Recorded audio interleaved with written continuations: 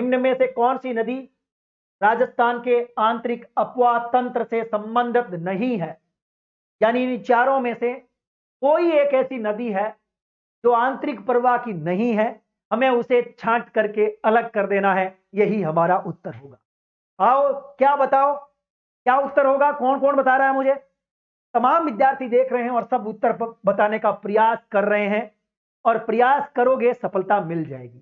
दोस्तों, एक चीज तो क्लियर हो गई है कि रूपनगढ़, खंडेला और मेंढा ये तो सांबर वाली सहायक नदियां हैं। इसका मतलब ये तो आंतरिक नदियां हो गई। अब बच गई मित्री नदी। दोस्तों, इस मित्री नदी के बारे में हम विस्तार से चर्चा करेंगे, लेकिन एक तकड़ी बात पहले क्लियर करूंगा। दोस्तों, हम जानते हैं कि यहां आंतरिक अपवाह तंत्र जो होता है उसे अंग्रेजी में इनलैंड ड्रेनेज सिस्टम कहते हैं। बहुत बार क्वेश्चन आता रहता है। और दोस्तों, इसका एक और नाम भी परीक्षा में कई बार आपने देखा होगा, अंतर्देशीय जल निकासी। शब्द बड़ा शानदार है दोस्तों, अंतर्देशीय। ये क्वेश्चन थोड़े दिन पहले आया था। हाँ जी, अंतर्देशीय क्या आया था दोस्तों? थोड़े दिन पहले अंतर्देशीय, हाँ जी, अंतर्देशीय जल निकासी क्या आया था? अंतर्देशीय जल निकासी वाली नदी कौन सी है? दोस्तों, अंतर्देशीय जल निकासी वाली नदी कौन सी है? तो याद रखना, राजस्थान में जितनी भी इनलैंड ड्रेनेज सिस्टम वाली नदियां हैं, आंतरिक प्रवाह वाली नदियां हैं, वो सारी की सारी अंतर्देशीय जल निकासी वाली नदियां होती है। ये बात आप याद रखिए दोस्तों, ये अंतर है। ठीक है, अंतर का मतलब होता है एक ही जिले से निकलकर, सॉरी, एक ही राज्य से निकलकर उसी राज्य में विलुप्त हो जाना। ठीक है, ये अंतर्देशीय। जबकि अंतरा जो होता है वो दो या दो से अधिक राज्यों में हो जाती है ना? तो यहां अंतर्देशीय इनलैंड ड्रेनेज सिस्टम। अब एक गजब की बात आपके साथ साझा करूंगा मित्री नदी की। दोस्तों, हम बात कर रहे हैं मित्री नदी। दोस्तों, ये मित्री नदी MITRI, ये लूणी नदी की सहायक नदी है। दोस्तों, ये मित्री नदी लूणी नदी की सहायक नदी है। वैसे देखा जाए तो ये जालोर से निकलती है। दोस्तों, जालोर से निकल करके और आगे चल करके ये लूणी में मिल जाती है। इस वजह से ये अरब सागरीय अपवाह तंत्र का हिस्सा है।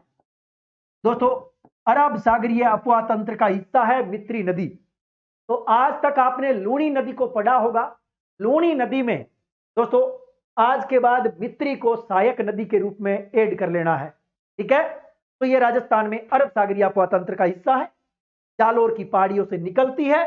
आगे चल करके ये लगभग एक कोई नाला है, उस नाले में मिल जाती है और वो नाला बाद में लूणी में मिल जाता है। तो ये मित्री नदी है। अब दोस्तों, कुछ अपवाह तंत्र की नदियों की थोड़ी चर्चा करेंगे। मैं तीन बड़ी नदियां आपके साथ साझा करूंगा। दोस्तों, पहली नदी है गग्गर, गग्गर नदी। 2 नंबर पे हम चर्चा करेंगे कांतली की, और 3 नंबर पे हम चर्चा करेंगे दोस्तों काकनी नदी। एक तकड़ी बात आपको याद रखनी है, गग्गर नदी की टोटल लंबाई लगभग 465 किलोमीटर है। लगभग 465 लिख देता हूं किलोमीटर। कांतली नदी की लंबाई, क्योंकि कांतली सिक्कर से निकल करके झुंझुनू और चूरू की सीमा पर विलुप्त हो जाती है, लगभग 100 किलोमीटर इसका एरिया है। यानी ये इसकी लंबाई लगभग 100 किलोमीटर है। काकनी, दोस्तों काकनी नदी ये जैसलमेर की नदी है। इसे काकने नदी भी कहते हैं और इसका एक और नाम है मसूरदी।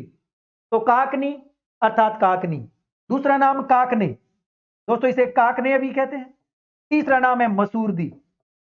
दोस्तों, ये तीनों चारों नाम इसी के हैं, और ये मात्र 28 किलोमीटर लंबी बताते हैं।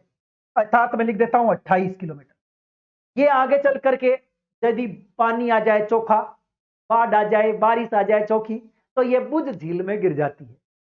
बाकी बेचारी कहीं नहीं जा पाती, निकली और वही विलुप्त, क्योंकि रेत है और रेत तुरंत सोख लेगी। अब आपके सामने 3 नदियां। यदि क्वेश्चन आ जाए कि राजस्थान की सबसे बड़ी इनलैंड ड्रेनेज सिस्टम वाली नदी बताओ, आपको गग्गर ठोक देना है, गग्गर ठोक देना है। और यदि पूछे गग्गर ऑप्शन में नहीं हो तो कांतली ठोक देना है। 2 चीज क्लियर हो गई। अब आपसे पूछे कि पूर्णतः बहाव क्षेत्र वाली राजस्थान की सबसे लंबी इनलैंड ड्रेनेज सिस्टम वाली नदी, पूर्णतः राजस्थान में बहने वाली, क्योंकि घग्गर जो है वो हिमाचल से लेकर के हरियाणा होती हुई राजस्थान आती है, कई स्टेट को पार करके फिर आती है। तो पूर्णतः आंतरिक नहीं हुई ना, जबकि पूर्णतः आंतरिक का यदि आए तो कांतली ठोक देना। राजस्थान की पूर्णतः बहाव वाली या पूर्णतः राजस्थान में बहने वाली आंतरिक प्रवाह की सबसे लंबी नदी कांतली ठोक देना है 100 किलोमीटर। इस प्रकार से राजस्थान की सबसे लंबी नदी हम चंबल पढ़ा करते हैं, और हम पढ़ते हैं कि राजस्थान की पूर्णतः या राजस्थान में बहने वाली सबसे लंबी नदी वो बनास हो जाती है। उसी प्रकार से ये याद रखें। और राजस्थान की सबसे छोटी आंतरिक प्रवाह की नदी ये बताई जाती है मसूरदी अर्थात काकनी काकने। 3 बातें याद रखें। और एक तकड़ी बात और दोस्तों, हम जानते हैं एक बार क्वेश्चन आया था, वही मैं क्लियर कर देता हूं। सांबर झील में कौन कौन गिरती है? दोस्तों, रूपनगढ़ आपको पता है, इसके किनारे सलेमाबाद जहां पर निम्बार्क संप्रदाय की पीठ है, ये आकर के सांबर में गिरती है। खंडेला ये भी सांबर में गिरती है। मेंढा या मेंथा, दोस्तों इसका एक और नाम मिलता है मेंथा, सर्वाधिक गाद लेकर के आती है, लवणीय गाद मेंथा, ये भी सांबर में। इसके अलावा खारी और बांडी ये भी कहां गिरती है? 2 नाम और लिख देता हूं, खारी, बांडी, सूरतमती,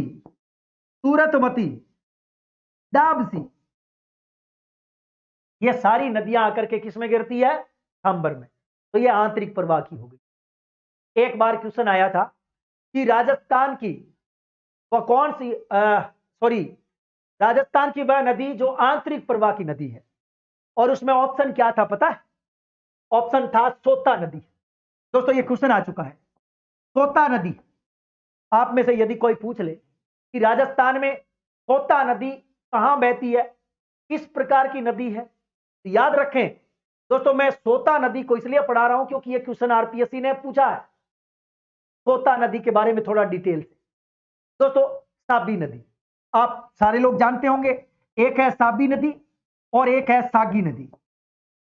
दोस्तों याद रखें, ये जो साबी नदी है ये आंतरिक प्रवाह की है, साबी नदी, जबकि सागी नदी अरब सागरीय अपवाह तंत्र की हिस्सा है, अर्थात लूणी की सहायक नदी है सागी नदी, जो कि सबसे अंत में मिलती है लूणी में, सागी। तो याद रखें सागी, लूणी, जबकि साबी नदी जो है वो आंतरिक प्रवाह की है।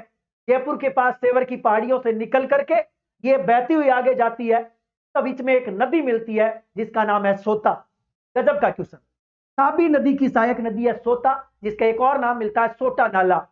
दोस्तों सोता या सोटा नाला, सोटा नाला या सोता नाला, गजब का क्वेश्चन है, ये आ चुका, ध्यान रखना। तो मित्री नदी आज हमने नहीं पढ़ी, लूणी नदी की सहायक नदी, अरब सागरीय अपवाह तंत्र। एक और नई आज पढ़ी है सोता नदी, सोटा नाला, जो कि साबी नदी की सहायक नदी है। और साबी नदी वो नदी है जब वर्षा काल में विनाश लीला के लिए जानी जाती है। याद है ना? गजब का क्वेश्चन। एक बार एक और क्वेश्चन बताना चाहूंगा क्योंकि दोस्तों वो भी इंपॉर्टेंट है। राजस्थान की वह कौन सी नदी है जो आंतरिक प्रवाह की नदी है? दोस्तों पलोसन नदी, पड़ोसन या पलोसन, इसको ऐसे याद कर लो। दोस्तों बाणगंगा नदी के बारे में कई लोग अपने अपने विचार प्रकट करते हैं। कई बार मुझसे भी बच्चे पूछ लेते हैं, गुरुजी बाणगंगा किस प्रकार की नदी है? दोस्तों एक चीज क्लियर कर देता हूं, बाणगंगा नदी 100% आंतरिक प्रवाह की नदी है, क्योंकि हमेशा से ही ये विलुप्त होने के कगार पर रहती है। दोस्तों हम जानते हैं कि बाणगंगा जब बेराट की पहाड़ियों से निकलती है और उसके बाद में रामगढ़ होती हुई दौसा में प्रवेश करते फिर भरतपुर जाती है, और भरतपुर के आसपास ये विलुप्त हो जाती है। याद रखना क्या बोला मैंने, बाणगंगा नदी भरतपुर के आसपास विलुप्त हो जाती है।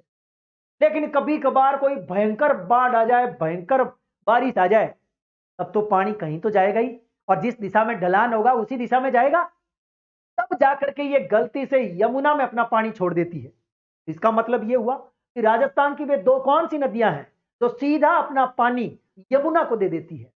तो याद रखें, एक तो है चंबल नदी, सीधा यमुना में ठोकती है पानी, और दूसरा सीधा यमुना में देती है बाणगंगा कभी कभार। रोज नहीं, कभी कभार जब भयंकर पानी आ जाए। लेकिन सामान्यतः ये क्या है, भरतपुर के आसपास विलुप्त होती है, इसीलिए इसे आंतरिक प्रवाह की नदी माना जाता है। अब सीधी सी बात है, बाणगंगा को हमने आंतरिक मान लिया है।